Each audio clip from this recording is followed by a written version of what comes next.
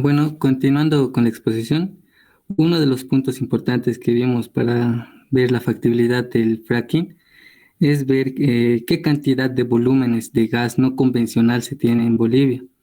Bueno, bajo esta óptica vimos que en el año 2005 una empresa norteamericana realizó una certificación, bueno, del recurso no convencional en las zonas tradicionales.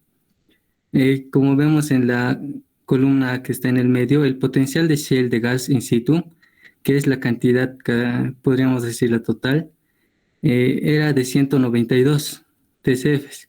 Pero como sabemos, no se puede recuperar el 100% de este volumen, ¿no?, que se encuentra en la roca madre. Por eso, con varios estudios más, se obtiene que se puede recuperar de manera técnicamente recuperable un valor de 48 TCFs de shale gas. Bueno, ese sería el volumen, ¿no?, que tenemos disponibles para poder realizar o poder obtener este gas, ¿no?, de manera no convencional. Siguiente, por favor.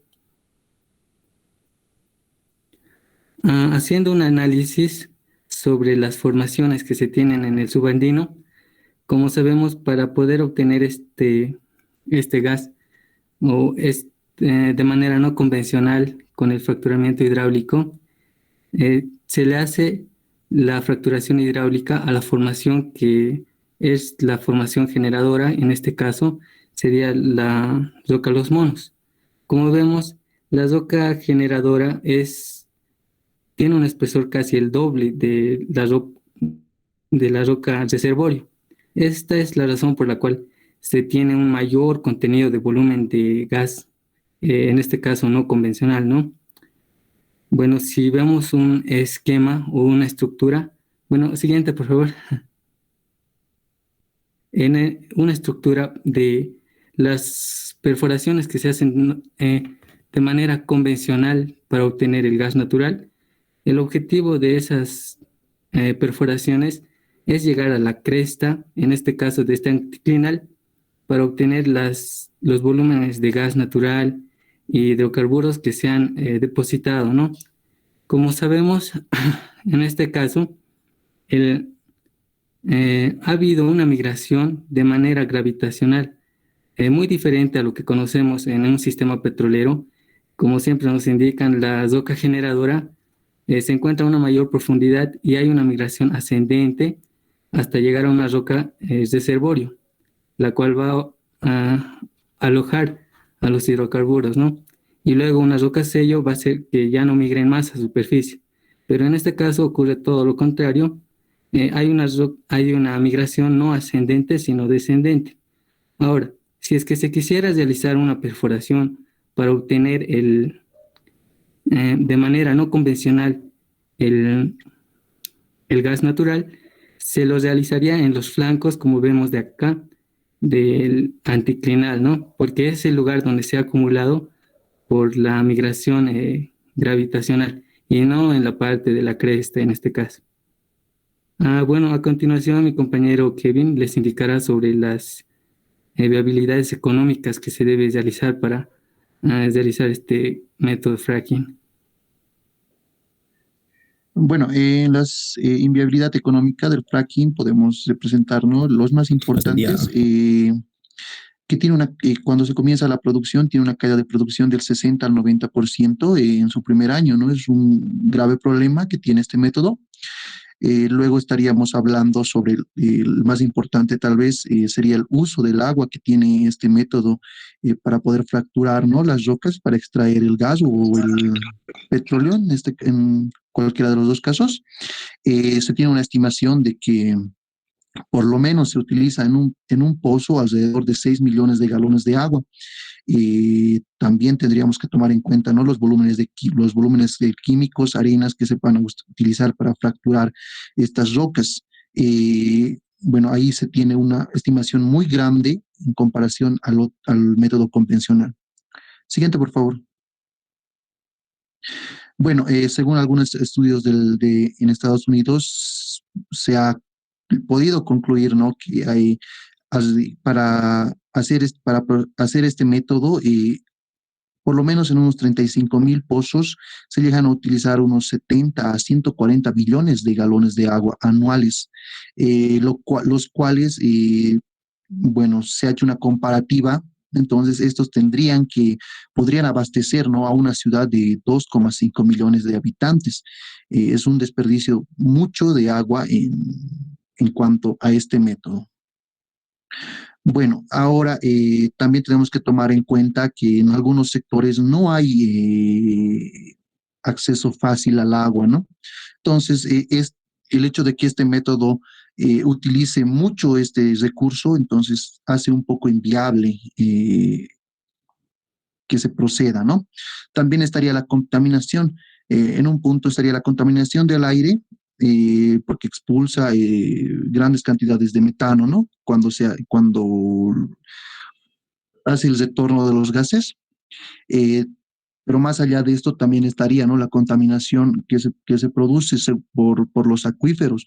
En muchas ocasiones se ha escuchado, ¿no?, por demandas de los habitantes de donde se están aplicando este tipo de métodos. Un claro ejemplo ha sido en Argentina, donde se ha comenzado a realizar este método en el Vaca Muerta y pues los habitantes que viven alrededor de estas zonas han comenzado a presentar algunos síntomas, algunas enfermedades, por así decirlo, que se adjudica más que todo cuando se está realizando este proceso de, de extracción del petróleo, ¿no? O del gas en este caso. También se ha dicho que cuando se llega a parar el proceso de extracción, entonces las personas comienzan a bajar los síntomas de las enfermedades que están teniendo, ¿no? Esto más que todo por la contaminación acuífera que hay por la contaminación acuífera que puede haber cuando se está inyectando estos líquidos, este líquido que tendría muchos químicos, ¿no? También estaríamos hablando de las zonas, de diferentes zonas. Por ejemplo, acá en Bolivia se puede estimar que este método se va a realizar a grandes profundidades, lo cual nos va a causar un poco de mayor inversión. Esto significa que va a ser mayor el costo de producción, a diferencia que en otros países como Estados Unidos, estos métodos se están realizando a pocos metros, o sea, a una altura poca de profundidad. Entonces, esto le hace un poco más viable tal vez, ¿no?, la extracción, y es por eso que Estados Unidos sigue extrayendo y produciendo por este método, ¿no?, el petróleo no convencional.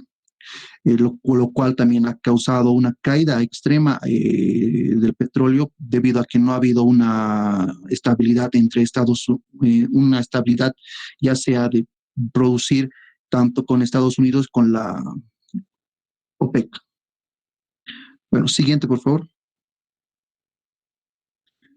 Bueno, va a continuar mi compañera. Eh, Buenas noches. Procedimiento del método del fracking. Bueno, como mis compañeros ya lo explicaron, pero vamos a recordar un poquito. ¿Dónde se encuentra este gas que queremos recuperar? El gas que queremos recuperar se encuentra en formaciones de shale. Estas pueden ser lutitas en su mayoría. Estas formaciones geológicas se encuentran dispuestas en láminas que están apretadas y no permiten que el gas sea recuperado por medio de técnicas convencionales. Entonces, usamos la técnica del fracking. Para esto, el procedimiento es, primero, el pozo es perforado de forma vertical hasta donde se encuentra con la roca objetivo. Como segundo paso, podemos decir que se comienza con la perforación horizontal, que tiene por objetivo atravesar el estrato. 3. Entonces, se provocan las microfracturas con detonantes. Una vez provocadas estas fracturas, comienza el fracking como tal. El bombeo, con el bombeo de un fluido, este fluido contiene agua en grandes cantidades, químicos y agentes apuntalantes. Esto se lo hace a altas presiones para extender y mantener las fracturas abiertas. Para la extracción se reduce la presión y el gas junto con el fluido ascienden a la superficie. Una vez que llega a la superficie, se separa el gas del fluido utilizado para el fracking. Y el gas se transporta a través de gasoductos o redes de recolección de gas a estaciones de compresión. Y por último, el lodo que se extrae con con un remanente de gas, es procesado en plantas de separación. Siguiente, por favor. En resumen, podemos decir que las actividades más importantes que se llevan a cabo en el fracking son la perforación. Esta es horizontal y atraviesa la formación de shell.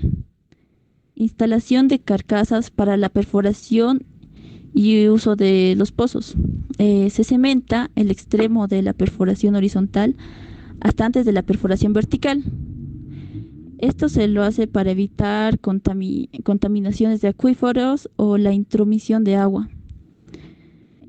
Otra actividad importante es la fractura hidráulica. Crea una fractura horizontal conectando los poros y manteniéndolos abiertos con apuntalantes. Y por último, la producción. El gas que se recupera desde el pozo se envía a las tuberías de pequeño diámetro de recolección, que se conectan a las tuberías de mayor tamaño, que recogen gas de una red de pozos de producción. Aceite y salmuera se recogen generalmente en grandes tanques en lugar de transportarlos fuera del sitio. Siguiente, por favor.